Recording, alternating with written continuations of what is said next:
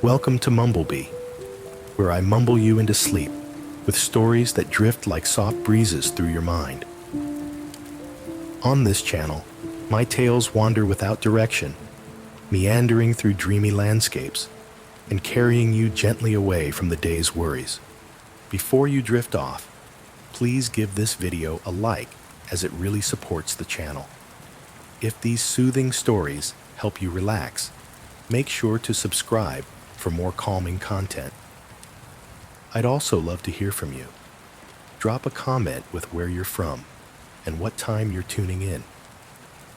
So, close your eyes, relax, and let me guide you into the land of dreams, where the journey is just as important as the destination.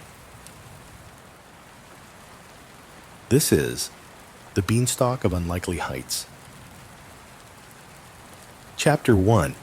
The Sprouting of Peculiar Things. Oswald was a gardener, though not the ordinary sort. His garden was an odd jumble of plants that one might expect to find in a botanist's fever dream. He had roses that grew upside down, tulips that sang softly at dawn, and a particularly stubborn fern that insisted on growing sideways. Oswald liked it that way. Ordinary plants bored him. One afternoon, while rearranging a patch of daisies that had decided to form a conga line, Oswald found something unusual nestled between them. It was a bean. No, not just any bean, but an impossibly large one, the size of a grapefruit, in a color that seemed to change depending on how you squinted at it. Was it blue? Green? Maybe purple? Oswald couldn't decide, and frankly, the bean didn't seem to care. He pondered for a moment, then shrugged. Why not? He mumbled to himself, digging a small hole in the rich, loamy soil. He placed the bean inside, covered it up, and gave it a good pat, like tucking in a child for bed. Almost immediately, the ground gave a little shake, like it was hiccuping, and the bean burst forth into a beanstalk. But this was no ordinary beanstalk. Oh no. It shot up into the sky with such speed that Oswald had to jump back to avoid being tangled in its leaves. The stalk twisted and turned, spiraled and corkscrewed, its surface covered in a mosaic of colors and patterns that made Oswald's eyes cross if he looked at it too long. Well, that's something you don't see every day, Oswald mused, scratching his head. The beanstalk continued to grow, pushing through the clouds, which seemed to part reluctantly, like old curtains. Without much thought, because thinking too much usually spoiled the fun, Oswald grabbed hold of the nearest vine and began to climb. Up he went, higher and higher, the garden shrinking below until it looked like a green speck in the vastness. The air grew cooler, and the scent of the earth was replaced by something sweet and vaguely familiar, like a blend of cotton candy and freshly baked bread, or perhaps the smell of rain mixed with something that could only be described as mystery. After what could have been minutes or hours, Oswald's head popped through a cloud, and he found himself standing on a strange, soft surface. It wasn't quite solid, but it wasn't air either. More like standing on a giant marshmallow, but with less stickiness. Looking around, Oswald saw that he was on a small floating island, hovering in the sky, connected to the beanstalk like a leaf to a stem. The sky here wasn't the usual blue, but a rich, velvety purple, and the clouds were peculiar as well. Not white and fluffy, but a deep pink, almost like cotton candy that had been left out in the sun too long. They floated lazily by, carrying with them an aroma that made Oswald's stomach rumble. As he wandered across the island, Oswald noticed that the ground wasn't made of earth or rock, but something else entirely, soft and spongy like a giant pillow. With each step, it made a faint squeaking noise, like a mouse with hiccups. And then there were the flowers, if you could call them that. Tall, lanky things with petals that shimmered and changed colors every few seconds. They hummed softly, a tune that Oswald could almost recognize, but it kept slipping away from him, like a dream half remembered.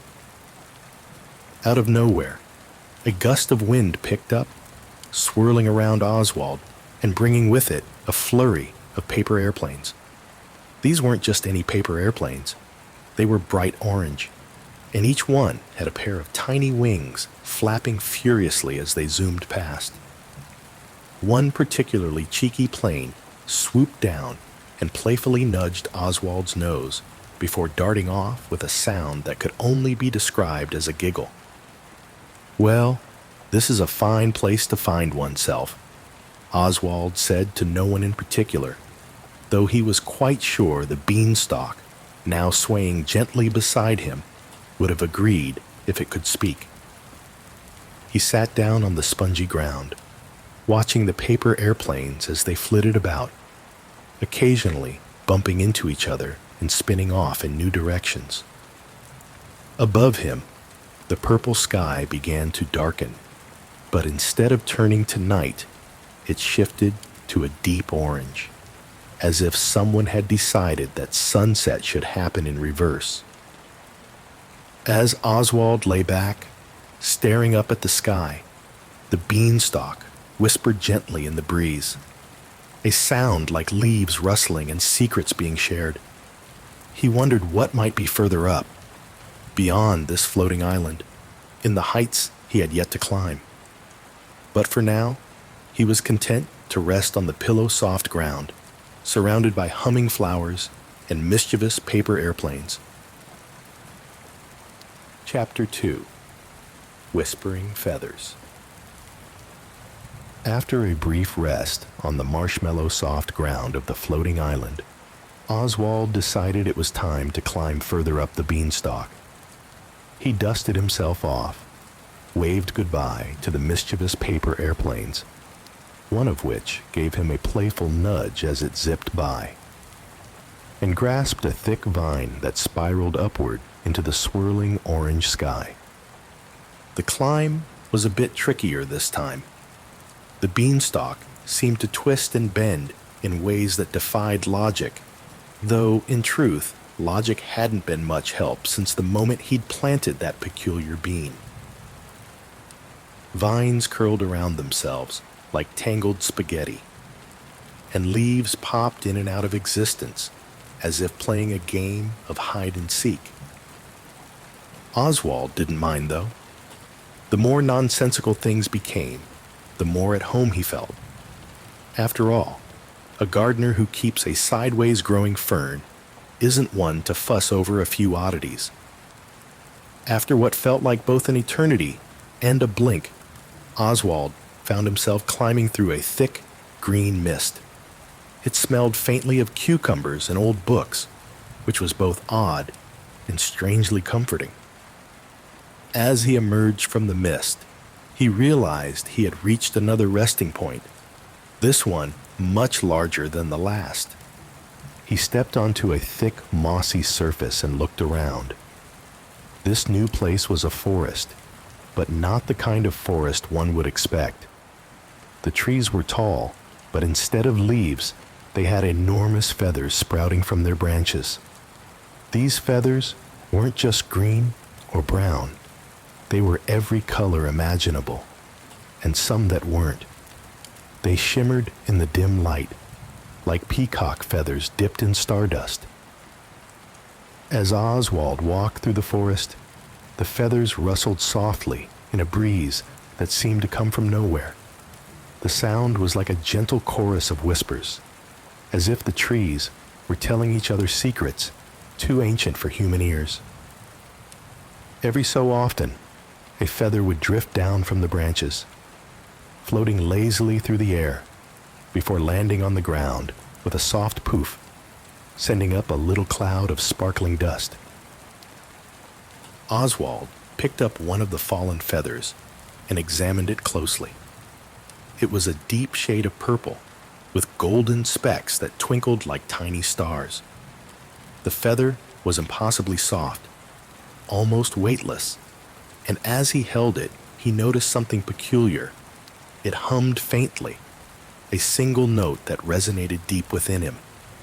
It wasn't music exactly, but it wasn't not music either. It was more like the sound a memory makes when it flits through your mind, just on the edge of being remembered. He tucked the feather into his pocket, feeling a sense of quiet satisfaction, and continued his exploration. The trees here didn't grow in straight lines, nor did they follow any recognizable pattern. They curved and twisted, their trunks spiraling around each other like dancers caught in an eternal embrace. Some trees grew upside down, with their roots dangling in the air like tangled hair, while others seemed to float a few inches above the ground, their shadows flickering like candle flames. As Oswald wandered deeper into the forest, he came across a peculiar sight, a large circular clearing in the middle of the trees. In the center of the clearing was a massive nest made entirely of feathers. It was as wide as a small pond, and nestled within it were several enormous eggs, each one a different color. The eggs weren't smooth like typical eggs, but were instead covered in intricate patterns, swirls, dots, and lines that seemed to shift and change when you weren't looking directly at them. Oswald approached the nest cautiously, half expecting one of the eggs to hatch at any moment. But instead of cracking open, the eggs began to glow softly, each one pulsing with a different color: red, blue, yellow, and a shade of green that Oswald could only describe as almost. The colors filled the clearing with a warm, comforting light, and for a moment, Oswald felt as though he were standing in a place outside of time, where past, present, and future were all jumbled together in a kaleidoscope of possibilities. He sat down on the edge of the nest, feeling the soft feathers beneath him, and watched the eggs as they continued to glow. The light wasn't blinding or harsh. It was gentle, like the glow of a lantern on a foggy night. As he sat there, the rustling of the trees grew louder, and Oswald realized that the forest was humming along with the eggs, creating a melody that was both soothing and strange. The melody wrapped around him like a warm blanket, and Oswald felt his eyelids grow heavy. The world around him began to blur at the edges, the colors blending together like wet paint on a canvas. He could have sworn he heard someone, or something, whispering his name, but the sound was so soft it could have been his imagination. As sleep tugged at him, Oswald wondered what sort of creatures might hatch from such eggs. Were they birds? Dragons? Perhaps they were something else entirely, something that didn't even exist in the waking world. But as much as he wanted to stay awake and find out, the hum of the forest and the glow of the eggs lulled him into a peaceful slumber. And so, Oswald drifted off to sleep, nestled among the feathered trees and glowing eggs, with the beanstalk towering above him, stretching up into the endless sky. Chapter 3: The Lake of Liquid Glass. When Oswald awoke, the first thing he noticed was the silence. The hum of the feathered forest had faded into the background, replaced by a stillness so complete it seemed to hum in its own way, like the quiet between notes in a song. He stretched, feeling the soft feathers of the nest beneath him, and blinked up at the sky. It was no longer the deep purple of before, but a soft, pearlescent gray, like the inside of an oyster shell. It took Oswald a moment to remember where he was, climbing the beanstalk, floating islands, trees made of feathers. It all seemed perfectly reasonable and utterly nonsensical at the same time, which suited Oswald just fine. After all, he hadn't climbed a beanstalk expecting anything ordinary. Feeling rested, Oswald decided it was time to continue his ascent. He patted the feathered trees goodbye.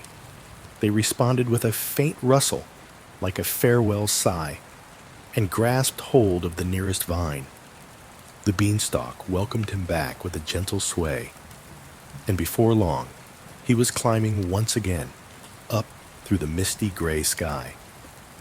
This time, the climb felt different, lighter, almost as if the beanstalk itself was helping to lift him. The leaves around him were not just green anymore. They shimmered with a rainbow of colors, each one catching the light in a way that made them look like stained glass. Oswald wondered, not for the first time, what might lie at the top of this fantastical plant. But he also knew better than to rush. Whatever was up there would be waiting for him, whether he hurried or not. After a time, longer or shorter than expected, Oswald couldn't quite tell, the beanstalk brought him to a new resting place. This one was different from the soft, mossy platform or the feathered forest. It was smooth, almost too smooth, like polished stone or glass. Oswald carefully pulled himself up and found himself standing at the edge of an enormous lake. But this was no ordinary lake. The water, if it could be called water, was perfectly clear, with a surface so still it reflected the sky above like a mirror. It was as if someone had taken a piece of the sky and laid it flat on the ground, turning it into a liquid glass. Oswald peered into the lake, expecting to see his reflection, but instead, he saw something else entirely. Beneath the surface, shapes moved slowly, drifting like shadows. They weren't fish, but something more abstract, patterns of light and color that twisted and curled like smoke. As he watched, the shapes began to form pictures, images of places Oswald had never seen, but somehow recognized. There was a castle made of clouds, floating on a sea of stars, a forest where the trees grew upside down, their roots stretching toward the sky, a city of lights, where the streets were rivers and the buildings swayed like reeds in the wind. Oswald knelt at the edge of the lake, mesmerized by the shifting scenes. The images weren't just pictures. They felt alive, as if the lake itself was dreaming, showing him glimpses of its thoughts. He reached out to touch the water, half expecting it to feel like glass. But as soon as his fingers brushed the surface, it rippled softly, sending waves across the images and distorting them into a swirl of colors. The lake responded to his touch by sending a small, glowing orb floating up to the surface. It hovered just above the water, bobbing gently in the air like a soap bubble. The orb was warm to the touch, and as Oswald cupped it in his hands, it began to pulse with a soft light, like a heartbeat. Curious, Oswald brought the orb closer to his face. Inside, he could see tiny shapes moving. Was it a tiny village, a miniature forest, or perhaps a whole world contained within this tiny sphere? It was impossible to say, but the more he looked, the more he felt connected to it, as if the orb was a piece of him, or maybe he was a piece of it. Without thinking, Oswald placed the orb on the surface of the lake. It floated there for a moment, before slowly sinking beneath the surface, joining the other shapes and patterns in the water. As it disappeared, the lake shimmered with a soft light, and the images beneath the surface began to change, becoming clearer, more vivid. Oswald watched as a new scene formed, a towering mountain made of crystal, its peak touching the very edge of the sky. Around the mountain, rivers of liquid glass flowed, winding through valleys of soft, glowing grass. It was a place that seemed both familiar and utterly alien, a place that existed on the edge of dreams and reality. The scene drew him in, and before he knew it, Oswald found himself standing at the lake's edge, entranced by the vision. The mountain called to him, not with words, but with a deep, resonant hum that seemed to vibrate through the very air. It was a place of mystery, of wonder, and Oswald knew that it was where he needed to go next. But the beanstalk had other ideas. Before he could step into the lake and follow the vision, a strong vine wrapped itself around his waist, lifting him gently but firmly away from the water's edge. The lake rippled in response, and the vision faded, leaving only the still, reflective surface behind. Oswald sighed, though he couldn't say if it was from disappointment or relief. The beanstalk was guiding him once again, pulling him upward, away from the lake of liquid glass and toward whatever heights awaited him above. He took one last look at the lake, now calm and quiet, before turning his gaze upward and continuing his climb. As he ascended, the misty gray sky began to darken, and the air grew cooler. The climb became more difficult, the beanstalk's twists and turns more pronounced. But Oswald was undeterred. He knew that each new height would bring something different, something strange, something wonderful. And so he climbed, leaving behind the lake and its visions, the feathered forest and the floating islands. The beanstalk stretched ever higher, and Oswald's heart quickened with anticipation. What lay ahead, only the beanstalk knew, and it wasn't telling. Chapter 4. Midnight Carnival. Oswald continued his ascent, the beanstalk twisting and turning like a giant green serpent, carrying him ever higher into the unknown. The air grew thin, and the light around him dimmed, as if the world itself was holding its breath, waiting for something to happen. Suddenly, without warning, the beanstalk shot through a thick layer of fog, and Oswald found himself in a place unlike any he had encountered before. The sky above was pitch black, dotted with twinkling stars, but the ground beneath him was alive with color and light. He had arrived in what could only be described as a carnival of the night, where nothing was quite as it seemed. Brightly colored tents lined the path before him, their stripes glowing with an inner light that pulsed in time with a distant, haunting melody. The music seemed to come from everywhere and nowhere at once, a waltz played on instruments that didn't exist, each note echoing in the still air. Oswald stepped cautiously onto the path, his feet sinking slightly into the soft, velvety surface. The ground felt like a mixture of sand and silk, shifting beneath him as he walked. The tents swayed gently, their entrances beckoning him forward. But no voices called out to him. No laughter filled the air. It was a carnival, without people, a place of shadows and light. As he wandered through the carnival, Oswald noticed that each tent was unique.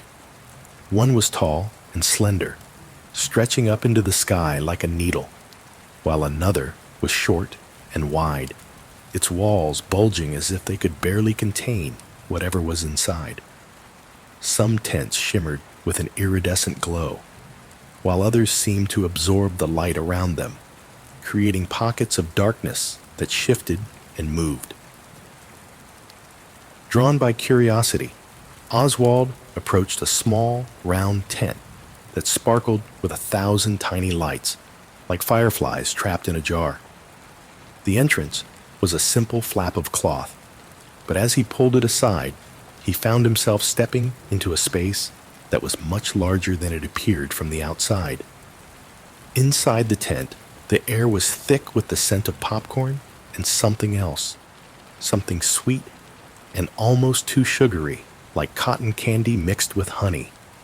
The room was filled with mirrors of all shapes and sizes, their surfaces warped and twisted, reflecting not just Oswald's image, but strange, distorted versions of it.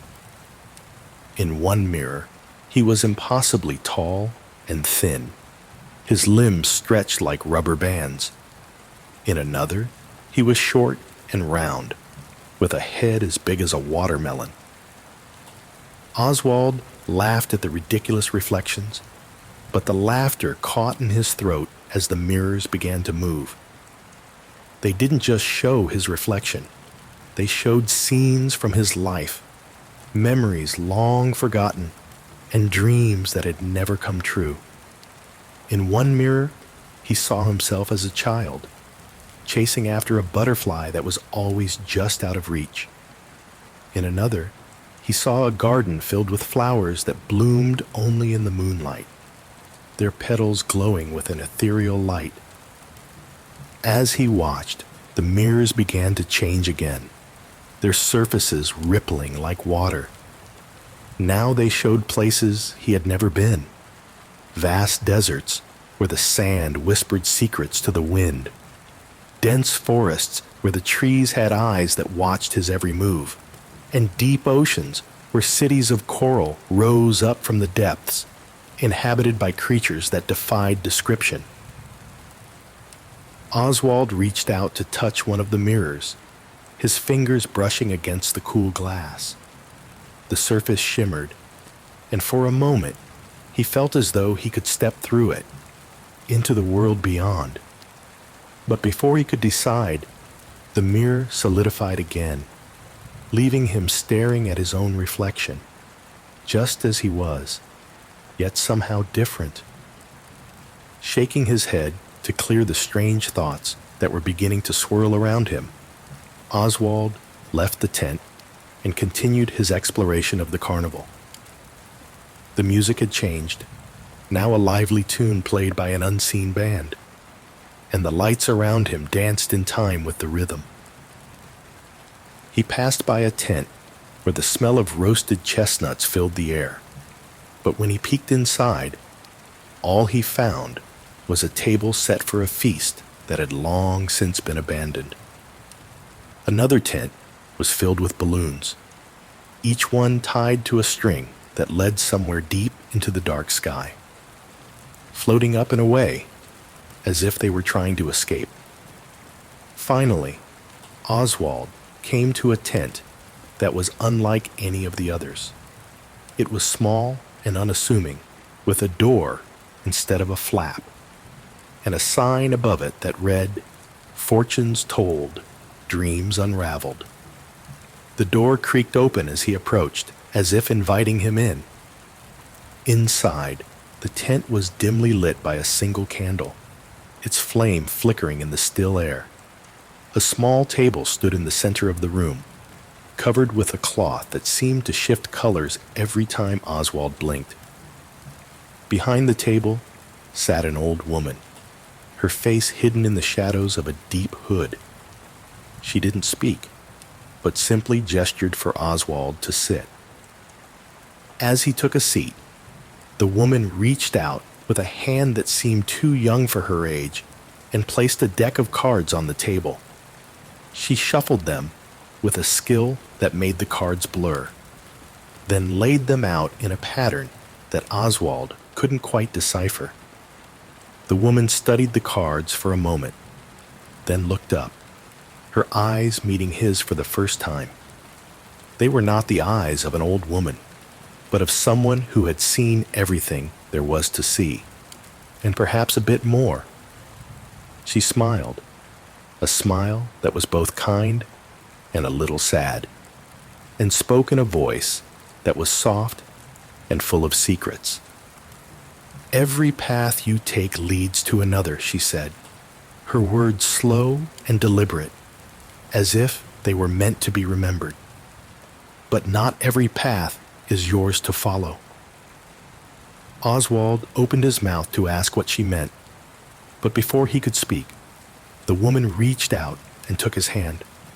Her touch was warm, and as her fingers closed around his, he felt a strange sensation, as if the world around him was unraveling, like a ball of yarn rolling away into the darkness. The tent, the carnival, the beanstalk, everything faded into a blur of colors and sounds, and Oswald felt himself being pulled upward, higher and higher, until there was nothing left but the stars above and the beanstalk beneath his feet. When the world came back into focus, Oswald found himself once again on the beanstalk, climbing ever upward. The carnival was gone, but the woman's words echoed in his mind, repeating like a mantra. "Every path you take leads to another, but not every path is yours to follow." With those words still lingering in his thoughts, Oswald continued his journey, the beanstalk carrying him to new heights and new adventures, each one stranger and more wondrous than the last. Chapter 5. Sea of Floating Lanterns. As Oswald climbed higher, the air grew cooler and filled with the scent of salt and something sweet, like sugar melting in a pan. The sky above shifted from deep black to a soft, glowing blue, the kind of blue that appears just before dawn, when the world is still asleep and dreams hover in the air like mist. The beanstalk twisted and turned, guiding him upward until quite suddenly he found himself standing on the edge of a vast, shimmering sea. But this was no ordinary sea. Instead of water, it was made of countless floating lanterns, each one gently bobbing up and down, their soft lights flickering like tiny stars. The lanterns were of all shapes and sizes, some small enough to fit in the palm of his hand, others as large as a house. They drifted lazily across the surface of the sea, casting long, rippling reflections in the glowing blue air. Oswald stepped forward cautiously, half expecting to fall through the lanterns, but to his surprise, they held his weight. The surface felt cool and slightly spongy beneath his feet, like walking on a bed of soft, glowing jellyfish. As he walked, the lanterns shifted and parted, making way for him, as if they had been expecting his arrival. The sea stretched out as far as he could see, a vast expanse of light and color that seemed to go on forever. Above him, the sky was dotted with faint stars, barely visible in the glow of the lanterns below. The air was filled with a gentle, melodic hum, as if the lanterns were singing to each other in a language that only they understood. Oswald wandered through this luminous sea, marveling at the variety of lanterns he encountered. Some were simple, made of paper or cloth, with a single candle burning inside. Others were more elaborate, their surfaces decorated with intricate patterns and designs that seemed to move and change as he watched. One particularly large lantern was shaped like a dragon, its long tail trailing behind it, flickering with bursts of flame-colored light. As he walked, Oswald noticed that some of the lanterns were tethered to the ground by thin, glowing threads, while others floated freely, drifting up into the sky before disappearing into the distance.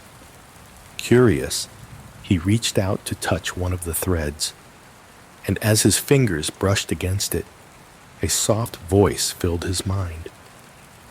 "Follow the light, and you will find what you seek," the voice whispered, so faint that he wasn't sure if he had imagined it.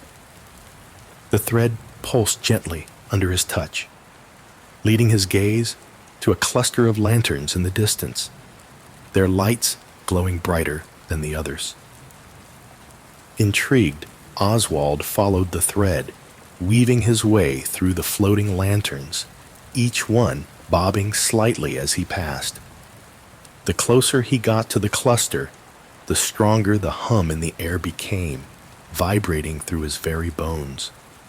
The lanterns around him grew larger and more intricate, their lights pulsing in time with the hum, creating a symphony of light and sound. At the center of the cluster, Oswald found a lantern unlike any he had seen before. It was enormous, easily the size of a small building, and its surface was covered in swirling patterns of gold and silver, like the filigree on a piece of ancient jewelry. The light inside it was not steady, but flickered and danced, casting strange, shifting shadows on the surrounding lanterns. The thread that had led him there wound itself around the base of the lantern, anchoring it to the ground. As Oswald approached, the lantern's light grew brighter, its surface shimmering like molten metal. He reached out to touch it, but before his fingers could make contact, the light flared, and the lantern began to rise. The thread snapped, and the lantern floated up into the sky, pulling Oswald along with it. The sea of lanterns fell away beneath him, the lights growing smaller and smaller as he was lifted higher and higher. The sky above darkened, the stars growing brighter, until the lantern carrying him was the only light left, glowing like a beacon in the darkness. For a moment, Oswald felt a pang of fear. He was being carried away from the beanstalk, away from everything familiar. But the fear was quickly replaced by a sense of calm. The lantern's light wrapped around him like a warm blanket, and he knew, somehow, that he was exactly where he was supposed to be. The lantern continued to rise, carrying Oswald into the vast, starry sky. The sea of lanterns below disappeared, replaced by an endless expanse of darkness, dotted with distant lights. The hum in the air grew fainter, replaced by a deep, resonant silence, the kind of silence that holds the promise of something great and wonderful just beyond the horizon. And then, just as suddenly as it had begun, the lantern stopped. It hovered in the air for a moment, its light pulsing softly before gently lowering Oswald onto a new platform. The ground beneath him was solid but smooth, like polished stone, and the air was cool and crisp with a faint scent of pine and frost. As the lantern released him, its light dimmed and it floated away, disappearing into the distance like a falling star. Oswald watched it go, feeling a strange mix of gratitude and longing. He was alone again, standing on the edge of another adventure, another height yet to be explored. But this time, he wasn't afraid. The beanstalk was still there, waiting for him, its vines twisting up into the darkness above. And so, with a deep breath, Oswald began to climb once more, leaving the sea of floating lanterns behind, knowing that there were still many wonders waiting to be discovered. But as he continued to climb, something in the air began to change. The beanstalk felt different beneath his hands, steadier, firmer, as if it was no longer the unpredictable force it had been. The stars above him grew brighter, their light filling the sky with a soft, golden glow. Oswald climbed higher, until he found himself standing at the very top of the beanstalk, where the air was thin and crisp, and the sky was filled with endless stars. Below him, the worlds he had visited stretched out like a tapestry, each one connected by the winding path of the beanstalk. The floating island of marshmallow ground, the feathered forest, the lake of liquid glass, the midnight carnival, and the sea of lanterns, they all lay below him, shimmering in the light of the stars. And at the top, Oswald found something he hadn't expected, a door. It was a simple door, made of weathered wood, with a brass handle that gleamed in the starlight. There was no sign, no message, just the door, standing alone at the peak of the beanstalk.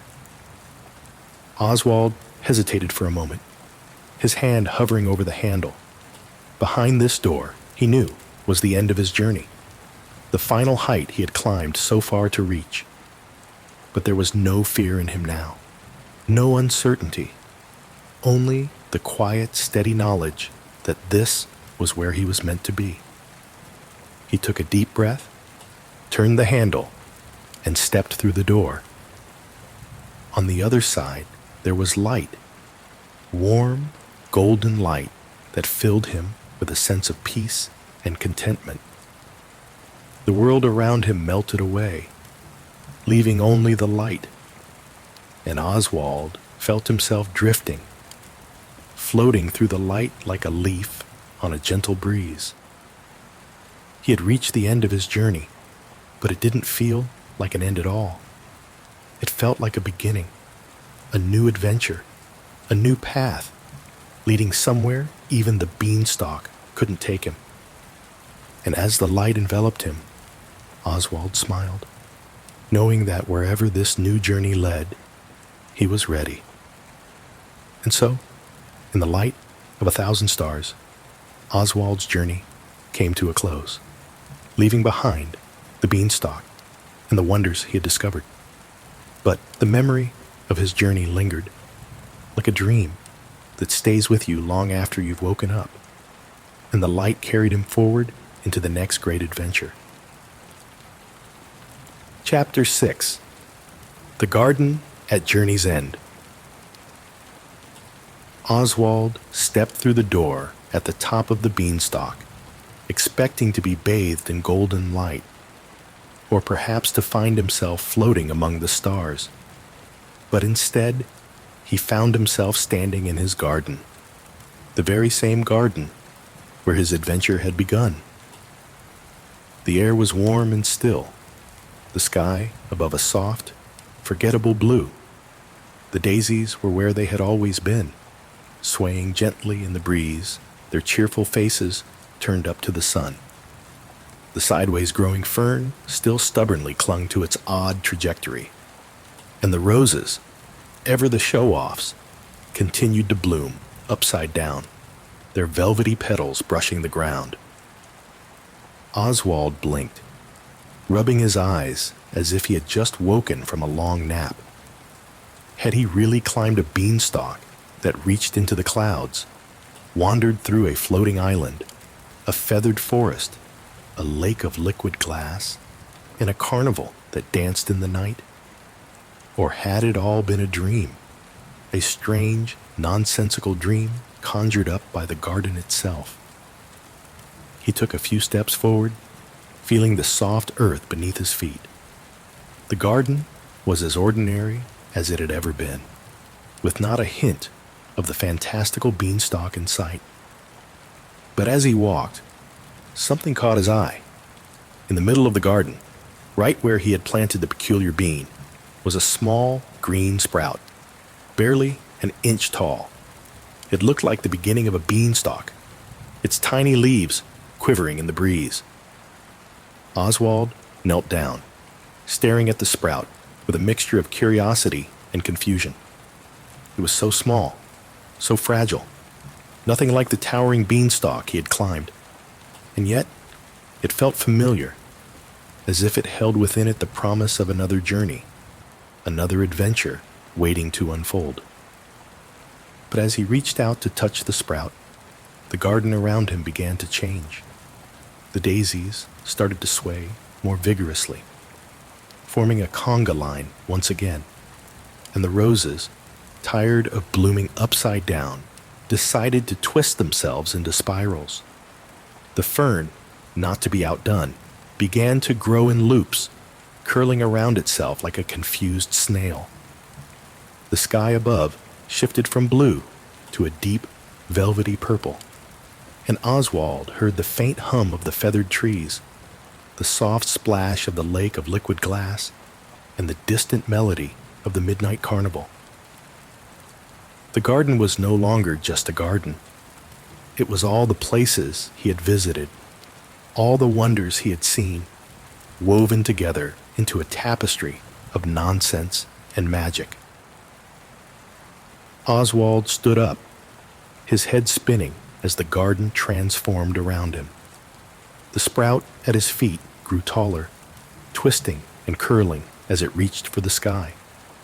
The ground beneath him softened, becoming the marshmallow-like surface of the floating island, and the air filled with the scent of salt and sugar, as if the sea of lanterns had spilled into the garden.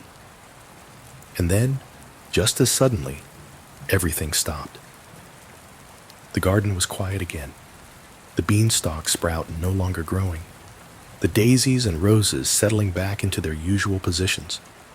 The sky was blue, the earth was solid, and Oswald was alone, standing in his ordinary, boring garden.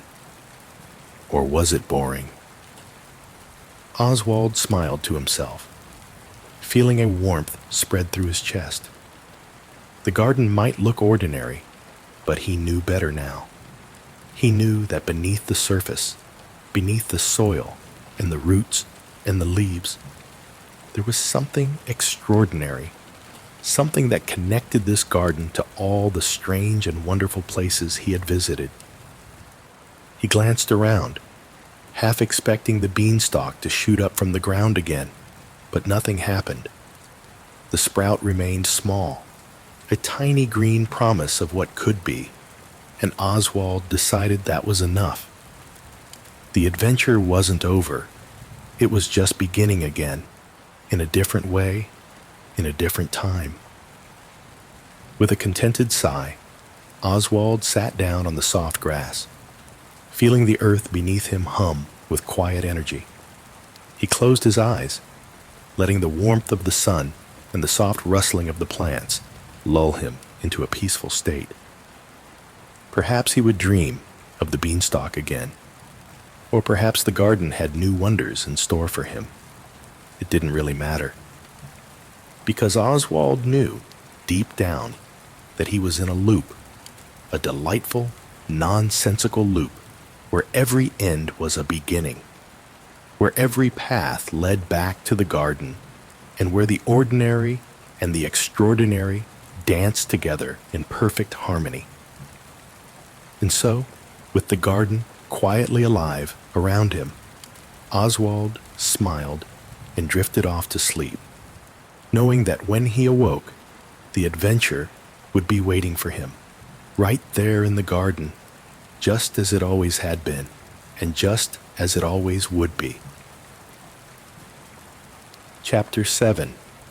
Echoes of the Garden.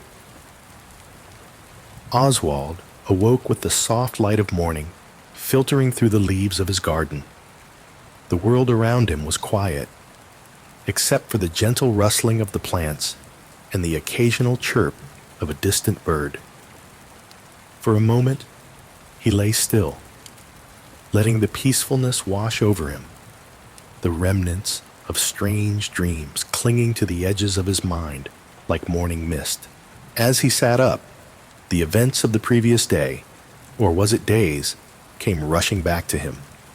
The beanstalk, the floating island, the feathered forest, the lake of liquid glass, the midnight carnival, and the sea of floating lanterns. Each memory was vivid, yet they all felt like they belonged to someone else, like stories he had read in a book long ago. He stood up, stretching his arms, and looked around the garden. Everything was as it had always been.